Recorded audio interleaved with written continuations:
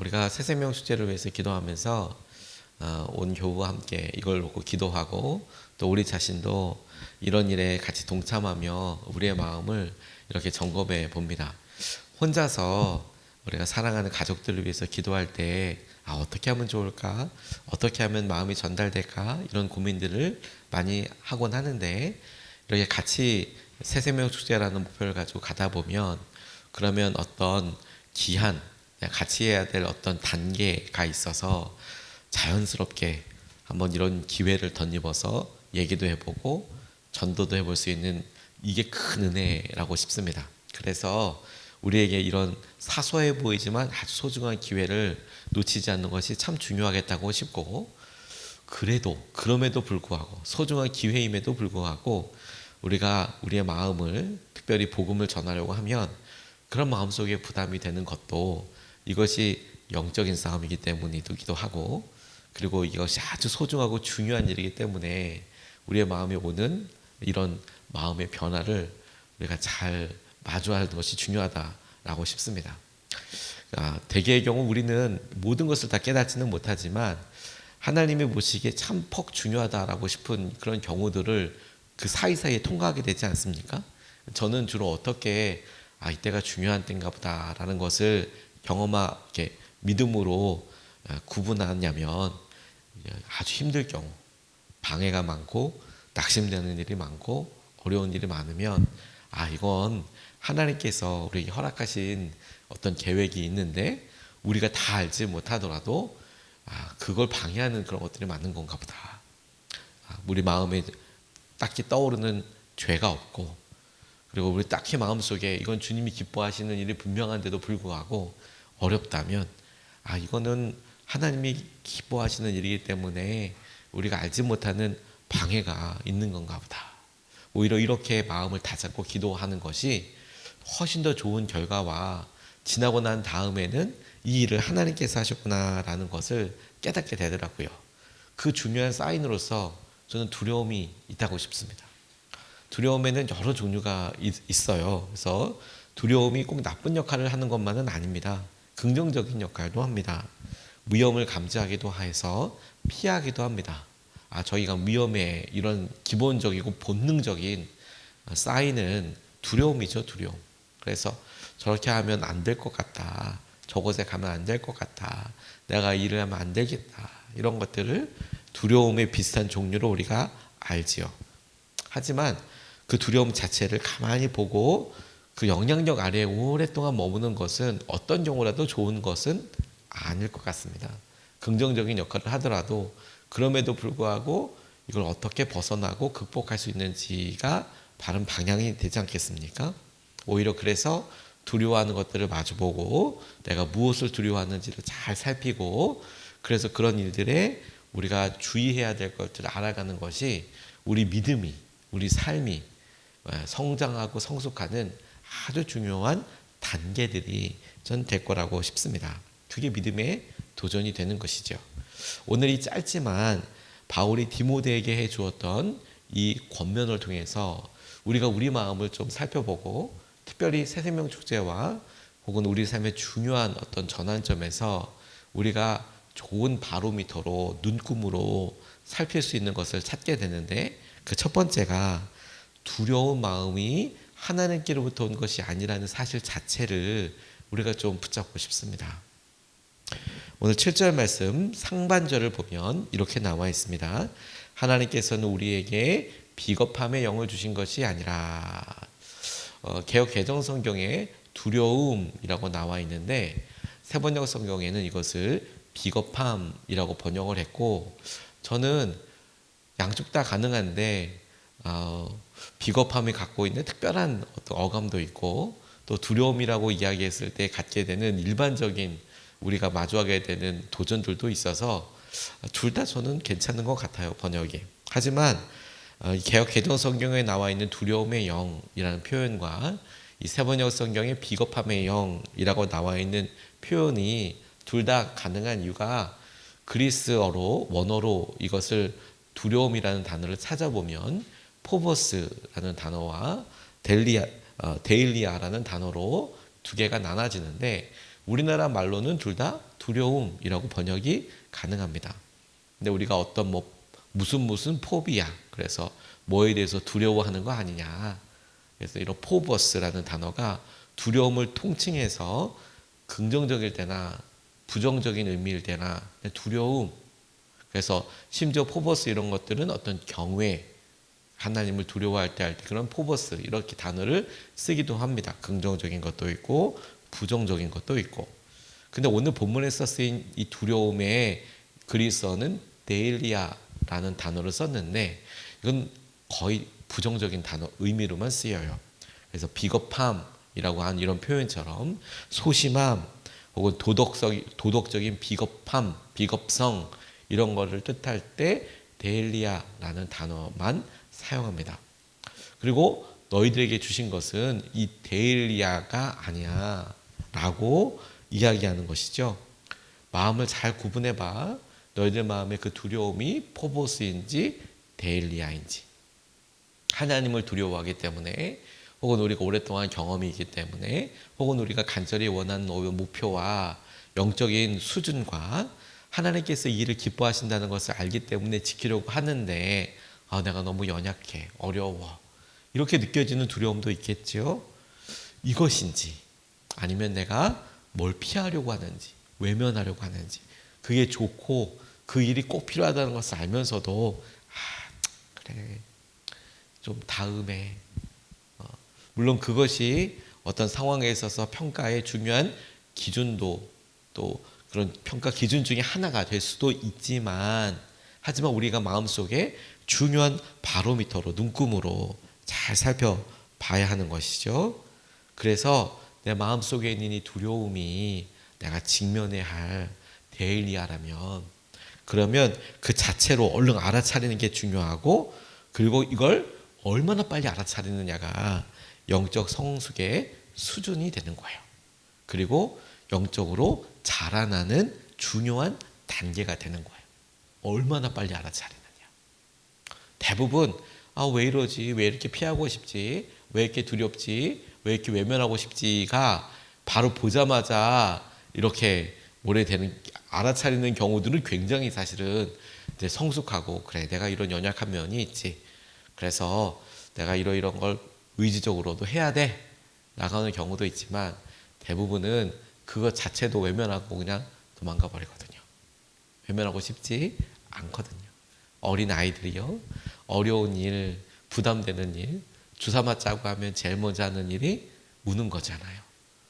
그러니까 어렸을 때는 보건소 갈 때나 병원에 갈 때 애들한테 주사 맞는다는 얘기 안 하잖아요.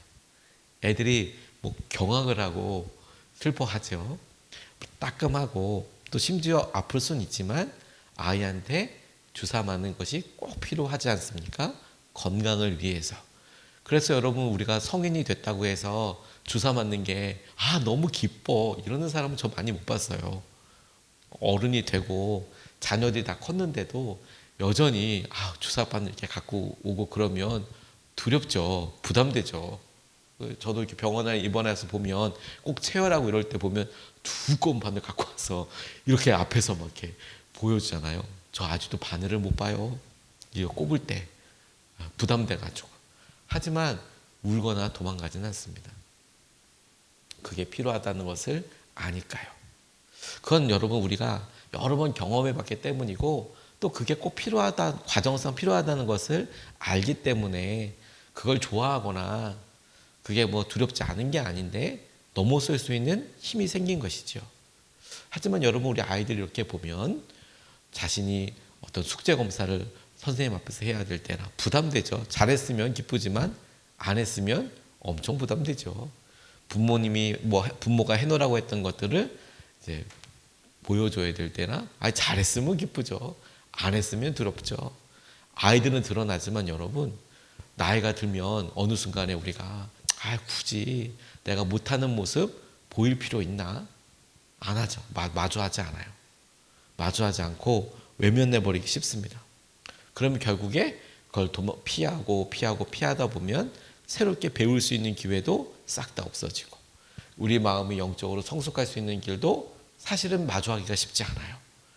그래서 우리 그냥 그 모습 그대로 살아가는 경우들이 많이 있지요.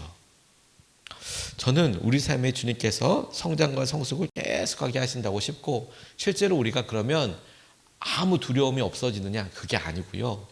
우리는 많이 만나고 그것을 경험상으로 넘어설 수 있는 법을 배웠고 혹은 배우기도 하고, 여전히 아니면 적당히 우리가 싫은 것들을 구분해서 피해버리기도 합니다. 하지만 우리가 정말 마음속으로 주님의 은혜를 갈망한다면, 그리고 주님께서 우리에게 주시는 뜻을, 도전을 안다면 우리 앞에 오는 두려움을 구분할 수 있어야겠죠. 그리고 마주할 수 있어야겠죠. 주님이 우리에게 주시는 것은 두려움의 영이 아니에요. 비겁함의 영이 아니에요. 오히려 주님께서 우리에게 허락하시는 것을 믿고 의지할 수 있도록 쫓아가는 것, 그 도전과 은혜가 오늘 우리에게 주님께서 이렇게 들여보게 하시는 중요한 도전이라고 싶습니다. 우리가 느끼는 감정들은 다양합니다. 그리고 구분하기 힘들 때 어떤 일들 앞에서 느껴지는 상황을 보면 조금 더 구체적으로 구분할 수 있는 경우들도 있어요. 그래서 이제 그런 여러 일들이 있어서 힘들고, 또 그냥 굳이 이렇게 마음 쓰는 거 싫고 하는 여러 일들을 이제 우리가 막 제법 복잡하게 혹은 미묘하게 구분하기 어려울 때, 그런 것을 다시 한번 세밀하게 0점 조정을 하고 저울에 0점을 조정하듯이 우리가 다시 한번 조심스럽게 보게 될 때, 우리는 주님의 뜻대로 살기 원하고 그 일에 맞춰보면 우리가 어떤 부분에 있어서 우리가 회피하고 있는지, 어떤 부분을 잘하고 있는지를 다시 살펴보게 되는 겁니다. 그분의 소원을 이루어드리기를 원하고, 그래서 마주하게 되는 두려움은 우리를 건강하게 하고 우리를 주님 앞으로 더 나아가게 하시는 거예요. 예수님이 십자가 지시기 전날 두려우셨어요. 저는 그게 너무너무 우리에게 도전이고 은혜라고 싶습니다. 주님께서 겟세마네 동산에서 오히려 거꾸로 왜 두려워? 뭐가 두려워? 기뻐해. 이렇게만 얘기하셨으면 사실 저는 그러면 물론 어떠실지 잘 모르겠습니다. 주님이 보이신 삶을 봤을 때 그렇게 가정하는 것 자체가 사실 좀 떠오르지는 않는데, 근데 주님은 평소 때도 아버지께 간절한 마음으로 기도하셨지만 당신께서 잡혀가시기 바로 전날에는 눈물을 흘려서 그렇게 기도하시며 제자들을 그렇게 자는 것 깨워가면서, 그리고 그 제자들에게 자신의 마음에 지금 죽을 만큼 힘들다는 것에 대해서 숨기지 않으셨어요. 내가 너무 힘들다. 날 위해서 좀 기도해달라. 자는 사람 깨워서라도 날 위해서 기도해달라. 날 위해서 기도해달라.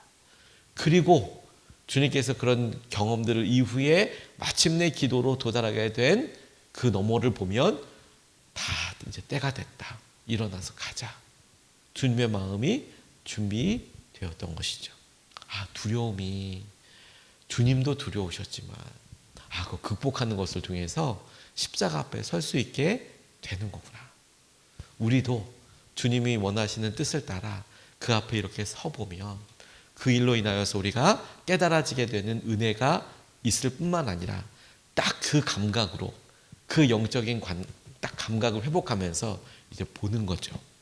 그동안 우리가 많이 두려워했던 것들 중에 혼재되어 있어서 여러 의미가 있고, 이걸 어떻게 풀어갈까라고 할 때 경험의 두려움, 관계의 두려움, 능력의 두려움, 여러 종류가 있지만, 그런데 그 여러 일들 중에서 주님의 뜻대로 해결하고자 할 때에 마주하게 될 바로 그것을 마주하고 넘어서 보게 되는 거예요.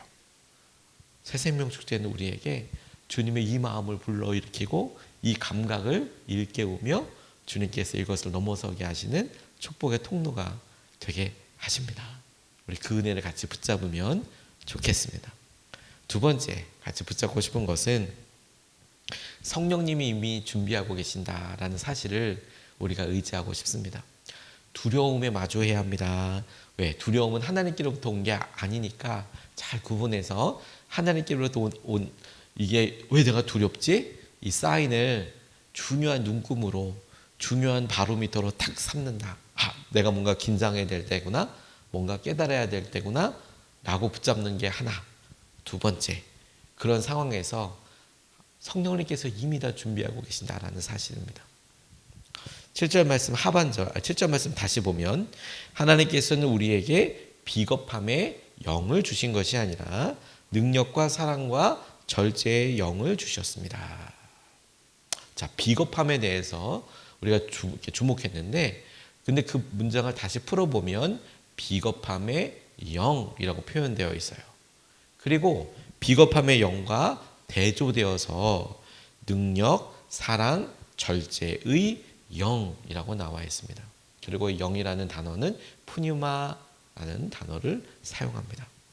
앞에도 비겁함의 영이라고 나와 있지만 뒤에 나와 있는 능력의 영, 사랑의 영, 절제의 영, 이렇게 해석이 될 수도 있지만 우리가 그리고, 그리스어로는 카이라는 단어를 쓰는데 그리고라는 그런 단어로 묶여져 있어서 푸뉴마, 영인데 어떤 영이냐면 능력과 사랑과 절제의 영이라고 이렇게 그리스어에는 쓰여져 있어요. 헬라어로는. 하나님께서 우리에게 허락하신 영은 내가 두려워하고 비겁하게 하는 그런 영이 아니라 우리 마음속에, 다시 말해 우리가 이것을 조금 더 이렇게 생각해 보면 날마다 두려운 상태로 있는 건 아니잖아요. 근데 어느 순간에 우리 마음이 두려움으로 확 가득 차요. 그리고 어느 순간에는 능력의 영 할 수 있을 것 같고, 사랑의 영으로, 절제로 내가 할 수 있을 것 같고, 참아볼 수 있을 것 같고, 내가 이거 극복할 수 있을 것 같고, 그런 마음이 우리 가운데 확 있어요. 마음이라고 표현했지만 우리는 이것이 어디서부터 온 것인지 잘 알아요. 우리가 두려워하고 낙담하고 피하고 싶어하는 것을 가만히 보면 하나님께서 원하시는 것도 아니고, 골리앗 앞에서 도망가는 다윗을 하나님이 원하시겠습니까? 아니라는 것 알아요. 하지만 오히려 우리 안에, 그러면 우리 안에 원래 계시고 있는 분이 누구지? 우리와 함께하고 계시는 분은 누구십니까? 성령께서 함께하고 계시잖아요. 그리고 그 성령께서 어떤 일을 하시는지에 대해서 저는 구체적으로 표현한 말씀이라고도 싶더라고요. 두려움의 영, 우리 안에 있는 이 영은 막 비겁하게 이렇게 하는 영이 아니고, 그런 영을 주신 것이 아니고, 하나님께로부터 온 영은 우리 안에 성령이 계시잖아요. 그 성령은 뭘 하게 하신다고요? 능력의, 사랑의, 절제의 그 영이라는 거예요. 그런 이미 우리가 주님을 믿기로 결정하고 세례를 받을 때부터 말씀해 보면 그 성령이 우리와 함께 하신다고 했으니 이미 우리는 그 두려움을 넘어설 수 있는 성령이 함께하고 계시고, 똑같은 의미로 이렇게 고쳐 말할 수 있겠어요. 이미 주님께서는 우리 안에 능력으로서, 사랑으로서, 절제할 수 있도록 하는 영으로서 함께 하신다는 거예요. 오늘 이렇게 적용해 보면 어떨까 싶습니다. 그래서 성령님은 우리 안에 능력의 영으로 함께하고 계세요. 여러분, 주님께서 이미 여러분들 안에 능력의 영으로 함께하고 계십니다. 여러분 안에 계시는 성령께서는 능력의 왕이십니다. 능력의 하나님이십니다. 우리가 할 수 있도록 도우시는, 마치 삼손을 보면 그런 힘이 나서 나귀뼈로 블레셋 군인들과 싸우기도 하고 성령으로, 영으로 충만해서 했던 그것을 보며 주님은 그 영이 우리 안에 계신 성령과 다르지 않다고 이야기하십니다. 우리 안에 이미 그 성령께서 함께하고 계시고, 그리고 우리가 도무지 할 수 없는 것에 능력으로 함께 하시겠다고 약속해 주시는 능력의 영이 우리 안에 이미 계세요. 이미. 그분이 힘을 쓰시고 그분이 어떻게 우리 가운데 그런 일을 드러내실까요?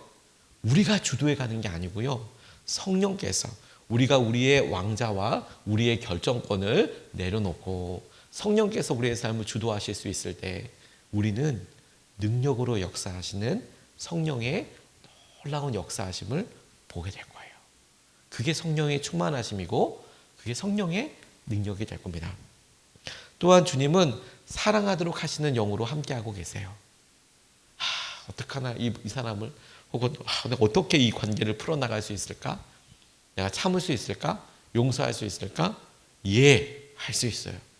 한 번 더 사랑해 보게 하시고 마음을 열게 해주십니다. 한 번 더 붙잡게 해주시고 한 번 더 주님 뜻대로 살아가게 하실 때에 성령께서는 이미 우리 안에 사랑하게 하는 영으로 함께하고 계세요. 그러니까 우리가 고쳐 이렇게 결단해 보면 좋죠. 우리의 마음속에 부담되고 두렵고 힘들죠. 그런데 여러분, 그런 상황을 이게 두려움의 영이 하나님께로부터 온 게 아니구나. 만약 이것이 주님께서 허락하시고 인도하신 것이 분명하다면 우리 안에 계신 이 성령님은 사랑하도록 하시는, 사랑을 할 수 있도록 마침내 해 주시는, 그리고 마침내 사랑의 열매를 보게 하여 주시는 성령이시니까, 사랑의 영이니까 그 사랑하시는 주님의 뜻을 좇아서 오늘도 순종하는 것이 중요하다는 겁니다. 또한 여러분, 주님은 절제하게 하실 수 있어요. 절제하게 하실 수 있습니다. 우리가 죄와 유혹에 무너지지 않도록 절제하게 하시고 우리 삶이 건강하도록 절제의 삶을 살게 하실 것입니다. 그분은 절제하게 하시는 영으로 이미 함께하고 계세요. 그러니 여러분, 우리 안에 이미 계신 성령, 그 성령께서 우리를 위하여 탄식하면서 기도하시는 그 주님의 영이, 우리는 처음 이 땅이 창조될 때부터 하나님과 함께 하셨던 분이라는 것을 너무 잘 알고 있고 믿음으로 알고 있고, 그 주님께서 예수님이 말씀하신 대로 우리와 지금 함께하고 계시고, 그리고 그 성령께서 함께 하심에 우리가 알아차리는 거예요.